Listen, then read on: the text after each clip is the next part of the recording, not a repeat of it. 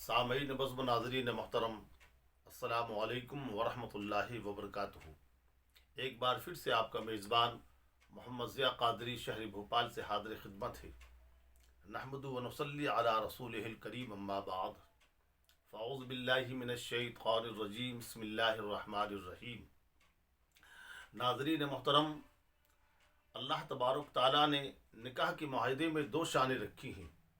एक शान तो समाजी माहिदे की है और दूसरी शान इबादत की है, और निकाह बज़ात ख़ुद एक इबादत है। सैयदना इमाम आज़म अबू हनीफ़ा रज़ियल्लाहु ताला अन्हु फरमाते हैं कि निकाह में मामले की शान मग़लूब है और इबादत की शान गालिब है। अल्लाह तबारक तआला ने इस निकाह को एक इबादत करार दिया है। इसके इबादत होने की वजह से इसमें खुतबा निकाह पढ़ना सुन्नत मुस्तफ़ा है। अल्लाह तबारक तआला ने शरीयत इस्लामिया में निकाह को इतना आसान बना दिया है कि इससे ज़्यादा आसान दूसरा कोई मामला नहीं हो सकता। अल्लाह रब्बुल इज़्ज़त ने जो दीन हमें अता फरमाया है, इसमें हमारे नफ्सियात की पूरी रियायत मौजूद है। ये बात बिल्कुल वाज़ेह है कि अल्लाह रब्बुल इज़्ज़त ने मर्द के दिल में औरत की तरफ से और औरत के दिल में मर्द की तरफ से एक कशिश रखी है, और इस कशिश का नतीजा ये है कि इंसान की फितरत की तकाजा करती है कि ज़िंदगी मर्द औरत दोनों के बाहिमी इश्तराक, बाहिमी संगम से बसर हो। किसी ने कह दिया ये कशिश शैतानी ख्वाहिश है। जब तक इस शैतानी ख्वाहिश को नहीं मिटाओगे, उस वक्त तक तुम्हें अल्लाह का कुर्ब हासिल नहीं हो सकता। किसी ने कह दिया कि निकाह और शादी न करो, बल्कि यूं ही मुजर्रद ज़िंदगी गुजारो। आओ तो इस सिलसिले में मैं आपको बताऊं कि इस्लाम का नुक्ता नज़र क्या है। इस्लाम एक दीन फितरत है। वो जानता था ये कशिश इंसान की फितरत में दाखिल है, और अगर फितरत से बगावत की जाएगी तो ये फितरत नाजायज़ और हराम रास्ते तलाश करेगी। अल्लाह रब्बुल इज़्ज़त कुरान करीम फुरक़ान हमीद में इरशाद फरमा रहा है, वलक़द अरसलना रसूलन मिन क़ब्लिका वजअलना लहुम अज़वाजन व ज़ुर्रिय्या। ऐ महबूब मुकर्रम सल्लल्लाहु ताला अलैहि वसल्लम, हमने आपसे पहले अंबिया और रसूलों को भेजा और उन्हें बीवियाँ भी अता फरमाई और औलाद भी अता की। लिहाजा बीवी बच्चों से अलग रहकर ज़िंदगी नहीं गुजारनी है, बल्कि बीवी बच्चों के साथ ज़िंदगी बसर करनी है। ये एक फितरत का तकाजा है। इसी वजह से अल्लाह रब्बुल इज़्ज़त ने इस फितरी तकाजे को पूरा करने के लिए जायज़ रास्ता इतना आसान बना दिया है कि इसमें किसी तरह की कोई पाबंदी नहीं है।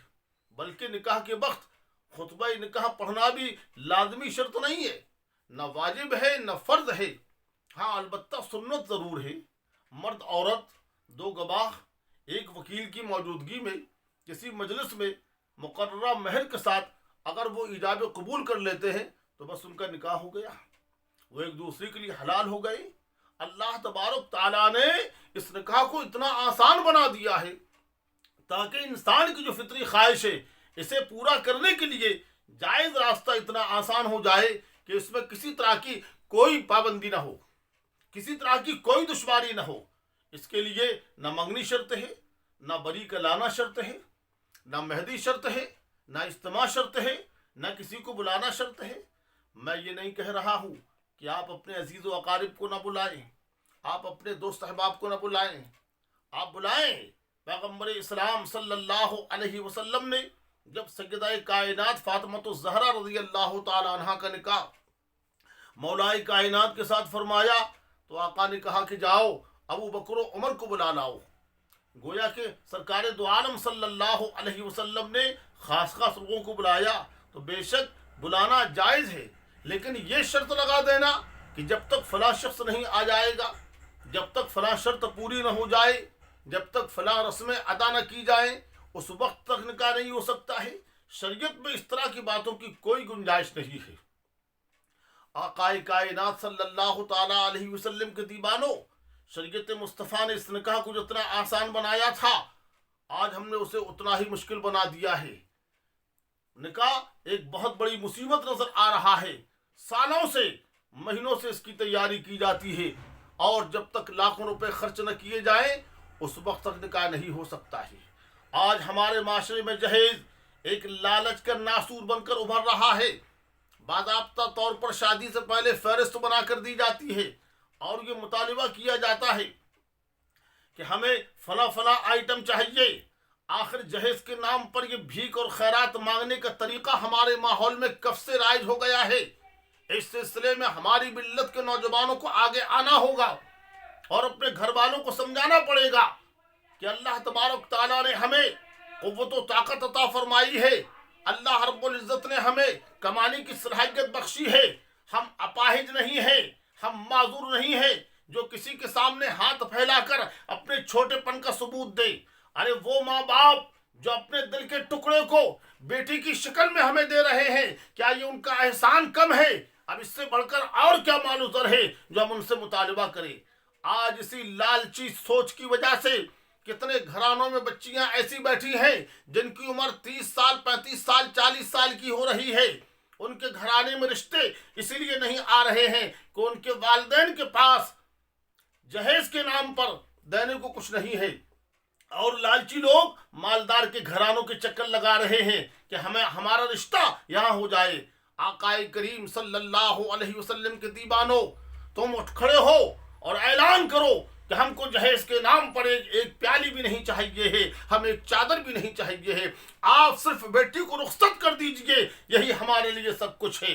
اسی جذبے کو اور فکر کو لے کر آپ آگے بڑھیں گے تو اللہ تبارک تعالیٰ کی رحمتیں ہم پر سایہ فگن ہوں گی۔ طریقہ مصطفیٰ کا چھوڑنا ہے وجہ بربادی، اسی سے قوم دنیا میں ہوئی بے اقتدار اپنی۔ رسول کائنات صلی اللہ علیہ وسلم کے دیوانوں، دیکھو حضور سرور کائنات صلی اللہ علیہ وسلم نے فرمایا کہ سب سے زیادہ برکت والا نکاح وہ ہے جس میں مشقت کم سے کم ہو، یعنی زیادہ مشقت نہ اٹھانا پڑے، بہت ہی سادگی کے ساتھ بغیر کسی تکلیف کے نکاح ہو جائے۔ ایسے نکاح میں اللہ تبارک تعالیٰ زیادہ برکت عطا فرماتا ہے۔ عہد رسالت میں آپ صلی اللہ علیہ وسلم میں ہزاروں صحابہ کرام کے نکاح ہوئے، بڑے بڑے مالدار صحابہ کرام کے نکاح ہوئے، بہت ہی سادگی کے ساتھ انہوں نے اس تقریب کا اہتمام فرمایا۔ حضرت عبد الرحمن بن عوف رضی اللہ تعالیٰ عنہ، یہ وہ جلیل القدر صحابی رسول ہیں جو عشرہ مبشرہ میں شامل ہیں، وہ عشرہ مبشرہ جن کے بارے میں رحمت عالم صلی اللہ علیہ وسلم نے دنیا میں ہی انہیں جنتی ہونے کا مژدہ سنا دیا تھا۔ وہ 10 جن کو جنت کا مژدہ ملا، اس مبارک جماعت پہ لاکھوں سلام۔ حضرت عبد الرحمن بن عوف رضی اللہ تعالیٰ عنہ بارگاہ مصطفیٰ میں حاضر ہوتے ہیں، ان کے لباس پر زرد رنگ کا نشان لگا ہوا تھا۔ آقا کائنات نے فرمایا، اے عبد الرحمن، تمہارے لباس پر یہ زرد رنگ کا نشان کیسا ہے؟ عرض کرتے ہیں، سرکار ہم نے نکاح کر لیا ہے، نکاح کے موقع پر ہم نے خوشبو لگائی تھی، یہ اس خوشبو کا نشان ہے۔ اللہ اکبر! آقا کائنات نے یہ سن کر اظہار ناراضگی نہیں فرمایا کہ اے عبد الرحمن، تو میرا غلام ہے، دین تجھے میری بارگاہ سے ملا، ایمان تجھے میری چوکھٹ سے ملا، اور مجھے پوچھا تک نہیں۔ نہیں، آقا کائنات ناراض نہیں ہو رہے ہیں۔ سرکار علیہ الصلوۃ والتسلیم نے فرمایا، بارک اللہ لک و بارک اللہ علینا، اللہ تبارک تعالیٰ تمہیں برکت عطا فرمائے اور تم دونوں کے مابین الفت و محبت کو جمع فرما دے۔ سرکار دعاؤں سے نواز رہے ہیں۔ آقا نے فرمایا، تمہیں ولیمہ کرنا چاہیے، چاہے ایک بکری ہی ذبح کیوں نہ کرو۔ ہاں، ولیمہ اللہ تعالیٰ نے جیسی آپ کو استطاعت بخشی ہے اس شان کے مطابق ولیمہ کیجیے۔ بحوالہ بخاری شریف، سرکار دو عالم صلی اللہ تعالیٰ علیہ وسلم نے فرمایا کہ شوہر کو بیوی کا انتخاب کرتے وقت اور بیوی کو شوہر کا انتخاب کرتے وقت یہ بات مد نظر رکھنا چاہیے کہ اس کے اندر خدا کا خوف کتنا ہے اور دین پر چلنے کا جذبہ کتنا ہے، کیونکہ اس کے بغیر نکاح کے فوائد حاصل نہیں ہو سکتے ہیں۔ بہرحال نکاح کے بارے میں سرکار دو عالم صلی اللہ علیہ وسلم کے جو ارشادات ہیں، در حقیقت اگر ہم ان پر عمل پیرا ہو جائیں تو دین دنیا میں فلاح اور کامیابی ہمیں حاصل ہوگی۔